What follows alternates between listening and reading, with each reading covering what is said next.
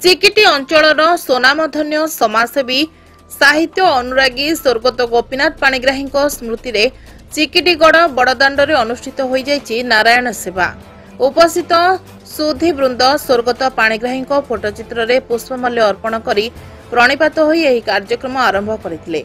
शिक्षाविद मानस कस्तूरी गणेश प्रसाद पंडा एहाकु उद्घाटन करी एहार अतीव आवश्यकता को उपस्थित अवगत कराइथिले।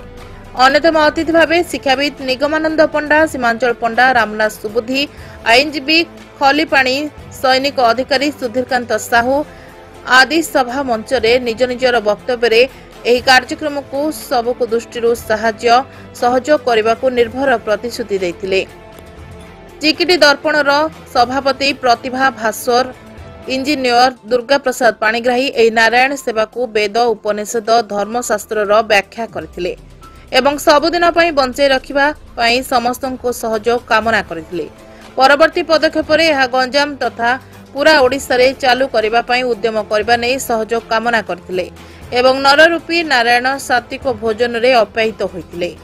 ये वसुधैव कुटुंबकम चिंताधारा प्रति आम सब ये भारतीय सभ्यता हिंदू सभ्यता आमर पुरातन आर्यभट्ट सभ्यता अनुसार परोपकाराय पुण्याय परोपकार करवा मानव सेवा होची माधव सेवा, नर सेवा होची नारायण सेवा।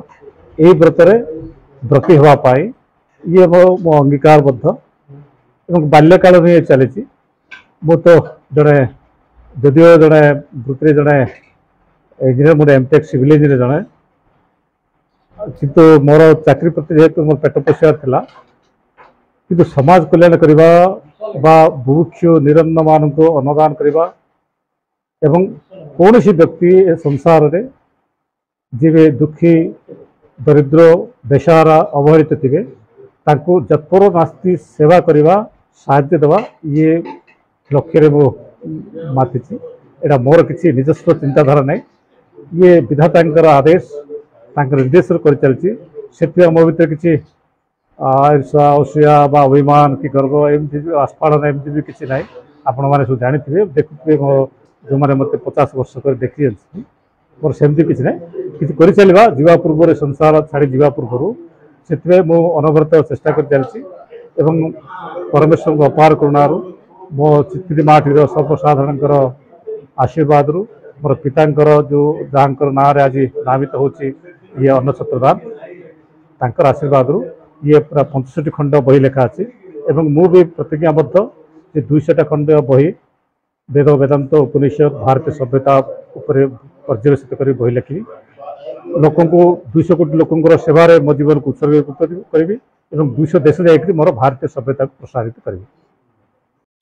साधा दिवस अच्छे दुटे आम एक हम आज आरंभ करवा ये सब जिन सब फोन कर 3 4 भितर से निश्चय फोन करियो फोन करी कौन करिया कौन नहीं मुझे हौ जोड़ा हेल्ले करी आम जिते पड़ी आ सब जिनस आम कर बाकी आम बापा अमल कहवा हेडी ये बालकुआ रास्ता ये 3-4 जन जाइरी जब 10 जन जाइरी छता धरिकी मो नना बोले साहू पढ़ाई चिकटी माटी आज ये द्वितीय कथा कौन आ गोटे भल अनुष्ठान करिया जाऊँगी भल अनुष्ठान रे से ये करिया चाहूँगी गोटे सीधा करू सीधा हैला परे आ लोके बहुत साहाय्य पाई परिवे किंतु सी जिनसा हबाटा द्वारा हमर चिकटी अंचल रो केते लोक जो किसी बुलुचंदी भिकारी गरीब नले किए एमती अतिथि जे जा तिथि नहीं पलि आसला ये खाया मुठे मांगे कौट मिलवा नहीं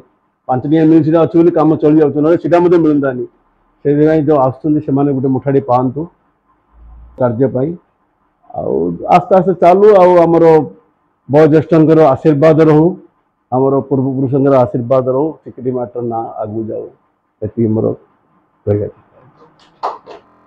ठीक करवा यही सब कार्य कथा भी नहीं से जो आगुरी एवं नहीं मुझे देखुची प्राय 4-5 वर्ष है से आयोजन से आरंभ कर गोटे ग्रुप मध्यम समस्त सचेतन कर सब आर्टिकल ये बेले बेले पढ़े सब देखिले जेहेतु भी से मोर बाल्य बंधु से बहुत थर मत निमंत्रण कर ମୁଁ ଆସିପାରୁନଥିଲି। କାହିଁକି ଆସିପାରୁନଥିଲି ଯେ କାର୍ଯ୍ୟ ବ୍ୟସ୍ତତା ବା ହଠାତ୍ ମୋତେ କାଲି ଜଣେ ବି ଫୋନ୍ କଲେ, ଆଜି ବି ମୋତେ ସକାଳୁ ଭାଇ ଫୋନ୍ କଲେ, ଭାଇ ଆସେ। ଯେହେତୁ କି ମୋ ଅଞ୍ଚଳ, ଯେହେତୁ ଏହି ଚିକିଟି ମାଟିରେ ହିଁ ଆମେ ବଢ଼ିଛେ, ଆମର ରାମଚନ୍ଦ୍ରପୁର ଗାଁ ହେଲେ ମଧ୍ୟ ଯେହେତୁ କି ଆମେ ଚିକିଟି ଉପରେ ସବୁବେଳେ ନିର୍ଭର କରୁଥିଲେ, ଏହି ମାଟିରେ ବଢ଼ିଛେ କରିବା ପାଇଁ ଆମେ କେବଳ ଚିକିଟିବାସୀ ନୁହଁ, ଏହି ଅଞ୍ଚଳର ଆମେ ଯେତେ ଅଛେ ସମସ୍ତେ କିଛି ଆକୁ ସହଯୋଗ କରିବା, କେମିତି ଆଗକୁ ନେବା। ଯେତେଦିନ ଆମେ ବଞ୍ଚିଛେ, ଆମର ତ ଅଧା ବୟସ ପଳେଇଲାଣି, ଆଉ ଯେତିକି ବୟସ ଅଛି ଆମର ଯେଉଁ ପୂଜ୍ୟ ଲୋକମାନେ ଅଛନ୍ତି, ଗଣେଶ ପଣ୍ଡା ସାର୍, ରାମନାଥ ସାର୍, ସେମାନଙ୍କର ପ୍ରେରଣା ଆଉ ଆଶୀର୍ବାଦ ପାଇଁ ଆମେ ଆଜି ଏଠି ଠିଆ ହେଇପାରିଛେ। ବା ଆମ ବାପା ମା ଆମର ପୂଜ୍ୟ ଆମର ଆଗରୁ ଯେଉଁମାନେ ଅଛନ୍ତି ସେମାନେ ମଧ୍ୟ ଏଇ ଚିକିଟି ଅଞ୍ଚଳର ସମ୍ମାନରେ ସମ୍ମାନିତ ହେଇଛନ୍ତି। ଏଇ ଯେଉଁ ଆପଣଙ୍କର ଜଗନ୍ନାଥ ମଠ, ଇଏ ମଠ, ଏଇ ସବୁ ସମ୍ପର୍କ ଆମର ରହିଛି, ଶାସନ 8 ଶାସନ ସହିତ ଏଇ ଚିକିଟି ଅଞ୍ଚଳକୁ ସମ୍ପର୍କ ରହିଛି। ତେଣୁକରି ମୋର ଯେତିକି ମୁଁ ପାରିବି ବା ମୋ ବାପା ମାଆଙ୍କର ମୋର ଯେତିକି ଆଶୀର୍ବାଦ ମୋ ଉପରେ ଅଛି, ଏଇ ଇଏକୁ ମୁଁ ବ୍ରହ୍ମପୁରରେ ରହିଲେ ମଧ୍ୟ ମୋର ନିଜ ମାଟି ରାମଚନ୍ଦ୍ରପୁର, ସେଇ ମାଟି ସହିତ ଏଇ ମାଟି ମିଶେଇ ମୁଁ ଯଥାପାରୁ ମୋ ଭାଇ ଯେଉଁ କାର୍ଯ୍ୟ ଆରମ୍ଭ କରିଛି ମୁଁ ଦୃଢ଼ତାର ସହିତ ସମ୍ପୂର୍ଣ୍ଣ ଭାବେ ଥିଲା। ମୋର ଯେହେତୁ ମୋର ରିଟାୟାରମେଣ୍ଟ ହେଇସାରିଛି, ରିଟାୟାରମେଣ୍ଟରେ ମୋ ସେ ସମୟ ପାଇଛି, ଆଗରୁ ପାଉନଥିଲି। କେତେଗୁଡ଼ିଏ କାମ ବାକି ରହିଥିଲା ସବୁରେ, ତଥାପି ସବୁ ମିଶିକିରି 2 ବନ୍ଧୁ ଆମେ ଏକାଠି ପାଠ ପଢ଼ୁଥିଲୁ। ଆଉ ତାଙ୍କର ତାପରେ ସହିତ ସବୁ କିଛି କହିସାରିଲେଣି, ଆଉ ଅଧିକ କିଛି ନାହିଁ। ଆଉ ପିଲାଦିନେ କ'ଣ କରୁଥିଲୁ ସେ ଯାହା ମନେ ପକାଇଲେ ବଡ଼ ଖୁସି ଲାଗୁଛି ମନେ ବର୍ତ୍ତମାନ ସ୍ତରରେ। ଏବଂ ଆଉ ଗୋଟେ କଥା ହେଉଛି, ତାଙ୍କର ଆମର ଯିଏକି ତାଙ୍କର ବାପା ସ୍ୱର୍ଗତ ଗୋପୀନାଥ ପାଣିଗ୍ରାହୀ ବହୁତ ମୋତେ ସେ ସାହାଯ୍ୟ କରୁଥିଲେ। ଆଉ ଥରେ ମୋର ବନ୍ଧୁ ଯିଏ ଚିଆଁ ନରସିଂହ ପଣ୍ଡା, ତାଙ୍କର ଗୋଟେ ମୋ ବିରୁଦ୍ଧରେ ଗୋଟେ କେସ୍ କିଛି ଆୟୋଜନ କରୁଛନ୍ତି, କରିବାରେ ପଦକ୍ଷେପ ନେଉଛନ୍ତି। କିନ୍ତୁ ସେଇ ଯେଉଁ ଆଶ୍ରମଟାକୁ କେମିତି ଉତ୍ତରୋତ୍ତର ଉନ୍ନତି କ୍ଷେତ୍ରରେ ଆଗେଇ ପାରିବ, ଆମେ ଯଦି ଆମର ଆଞ୍ଚଳିକବାସୀ ସେତିକି ସହାୟତା କରିବା ବା ଯଦି କିଛି ସହଯୋଗ କରିବା, ତାହେଲେ କିଛି ତାଙ୍କ କାମରେ କିଛି ଉନ୍ନତିମୂଳକ କାମ ହୋଇପାରିବ ଆଶା କରୁଛି।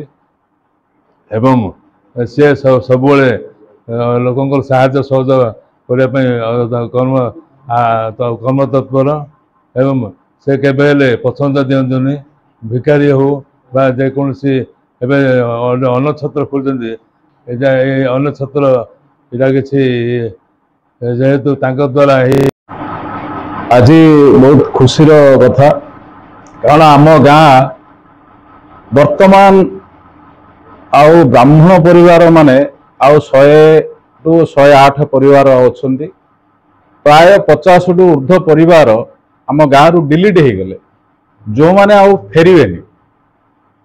ଦେଖିବ ମାନେ ଏ ସାହିରେ ଦେଖିବ ବୋଲେ ସାମପାଣି, ଲକ୍ଷ୍ୟା ପାଣି, ସେ ପ୍ରଦୀପ ଭାଇର ସେ ରାଧା, ଆଉ ଯେଉଁ ଆମର ରଜନୀ ତିଆଡ଼ି, ଏମିତି ବହୁତ ପରିବାର ଆମ ଗାଁରୁ ଡିଲିଟ୍ ହେଇଗଲେ। ସେମାନେ ଆଉ କେବେ ଆଉ ଫେରିବେନି। କେତେ ବଡ଼ ଆମର ଗାଁ ଥିଲା, ଆମ ଗାଁରେ 200ରୁ ଉର୍ଦ୍ଧ୍ୱ ପରିବାର ଥିଲେ। ବ୍ରାହ୍ମଣ ମାନେ ସେବା କରିବାରେ ମନ୍ଦିରରେ 30ରୁ ଉର୍ଦ୍ଧ୍ୱ ପରିବାର ଥିଲେ। ବର୍ତ୍ତମାନ ଆମ ଗାଁରେ ଆଉ 3ଟି ପରିବାର ଅଛନ୍ତି ମନ୍ଦିର ସେବା କରିବା ପାଇଁ।